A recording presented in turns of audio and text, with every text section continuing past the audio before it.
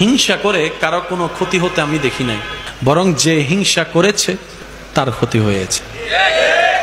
অহংকার করে কাউকে আসলে ছোট করা যায় নাই, অহংকার করে আমরা নিজেরাই ছোট হয়ে জাহান্নামের দিকে এগিয়ে যাচ্ছি।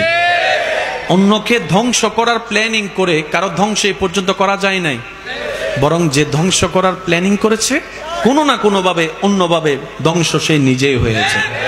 সেজন্য মনে রাখবেন, রব যাকে তুলতে চায় পৃথিবী তাকে নামাতে পারে না। রব যাকে একবার নামাতে চায় পৃথিবী তাকে তুলতে পারে না। সেজন্য উঠতে যদি মন চায় সে রবের দরবারে মাথাটা ঝুঁকাই দেন। যদি উঠতে মন চায় সে রবের দরবারে মাথাটা ঝুঁকাই দেন, যেন রব আপনার মাথা ঝুঁকানো দেখে বলে, আমি আল্লাহ তাকে এত কিছু দেওয়ার পরও সে নিজের অহংকারকে পিছনে ফেলে আমি রবের দরবারে ভিক্ষুক হয়ে নামাজে সিজদায় লুটে পড়েছে। সুবহানাল্লাহ। সিজদায় লুটে পড়েছে, কপালটা লাগিয়ে দিয়েছে, যে মাথা সে কারো সামনে নত করতে চায় না, মাথা হেড করতে চায় না, আজকে সে বান্দা কোনো জোরাজুরি ছাড়া আজানের ডাকে সাড়া দিয়ে আমি রবের দরবারে নামাজের মাধ্যমে ঝুঁকে গিয়েছে। ওয়াতু ইজ্জু মান্তাসা, আমি আল্লাহ, ওয়াতু জিল্লু মান্তাসা, আমি আল্লাহর হাতে। সুতরাং আমি আল্লাহ তাকে দুনিয়াতেও সম্মানী করে দিলাম, আখেরাতেও আমার বান্দাকে সম্মান দান করে দিলাম। সুবহানাল্লাহ।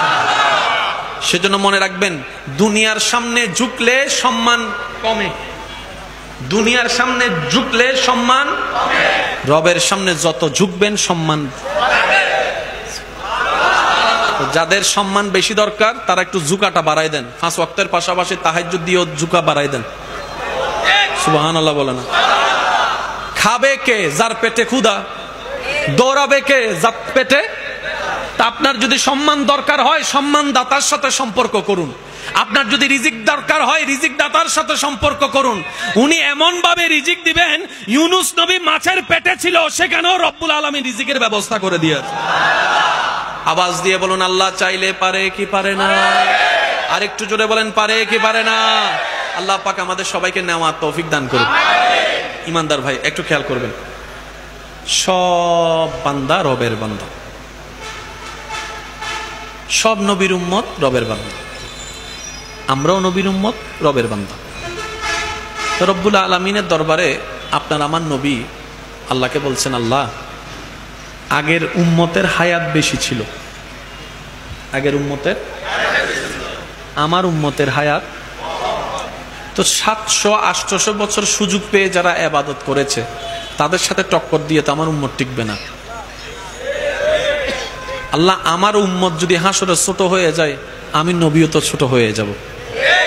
রব বলে যে হাসর সাজাইছি আপনার ইজ্জতের জন্য, আপনার ছোট হওয়ার জন্য নয়, কারণ আমি রব ওয়ারাফা'না লাকা যিকরাক কাউকে বলি নাই, আপনি নবীর ব্যাপারে বলেছি। সুবহানাল্লাহ। ইন্না আতাইনাকাল কাউসার কাউকে দিই নাই, আপনি নবীকে দান করেছি। ওয়ালা সাউফা ইউতিকা রাব্বুকা ফাতারদা পাওয়ার অফ অটনি আমি আল্লাহ কাউকে দিই নাই, আপনি নবীকে দান করেছি, আপনি নবীকে দান করেছি। হাবিব সবাই তো নবিউল্লাহ, সবাই তো রাসূলুল্লাহ, আপনি নবিউল্লাহ, রাসূলুল্লাহ, আপনি হাবিবুল্লাহ। হাবিব আপনি ছোট হন এটা আমি পছন্দ করব না।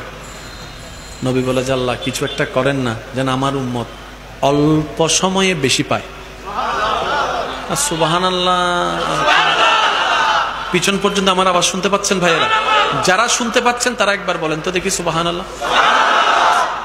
আপনাদের রিপ্লেটা আসলে আমি বুঝতে পারবো যে আপনাদের কাছে কথাগুলো পৌঁছাচ্ছে।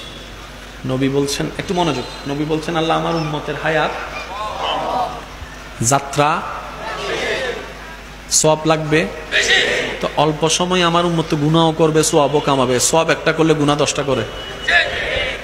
আল্লাহ আমার উম্মত যদি জাহান্নামে যায়, শব্দটা একটু নোট করবেন, আল্লাহ আমার উম্মত যদি জাহান্নামে যায় আমি নবী মুস্তাফা জান্নাতে যাব না।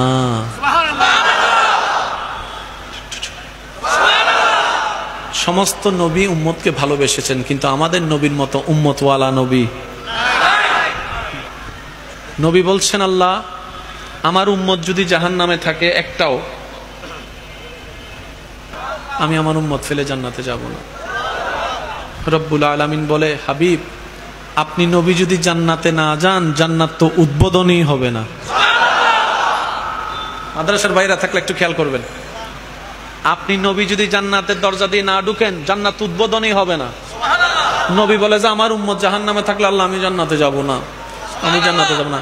রব বলে যে আপনি চিন্তা করবেন না, ওয়ালাল আখিরাতু খায়রুল লাকা মিনাল উলা, আমি কাউকে বলি নাই, আপনি নবীকে বলেছি।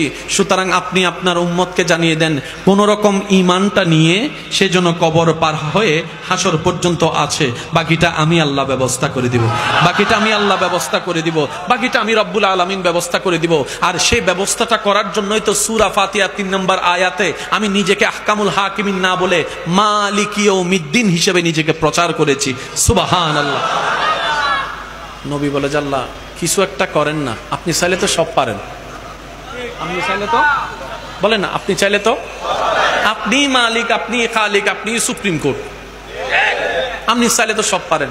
আল্লাহ আমার উম্মতের যেহেতু হায়াত কম, তাদেরকে এমন সিস্টেম করে দেন যেন হায়াত কম হলো সব বেশি হয়। প্রত্যেকটা বান্দার আমলে রোজার একটা হিসাবের দরকার আছে না ভাইয়া?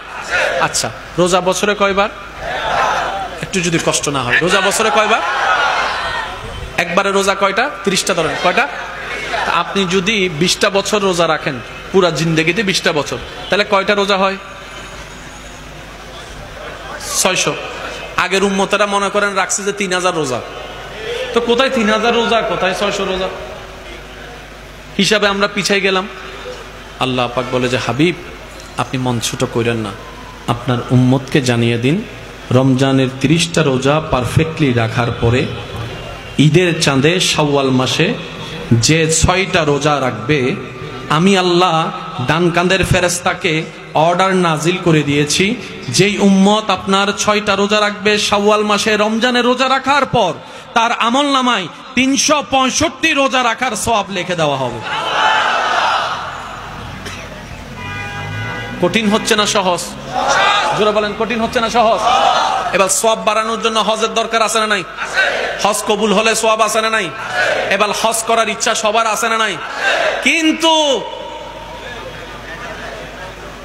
নমাতে আরো জোরে হন না, আর সিডেঙ্গে হঠাৎ হদে মন আছে তো দন নাই, দন আছে তো মন নাই। অধুনতন টিয়া বোধ আছে কিন্তু আতদি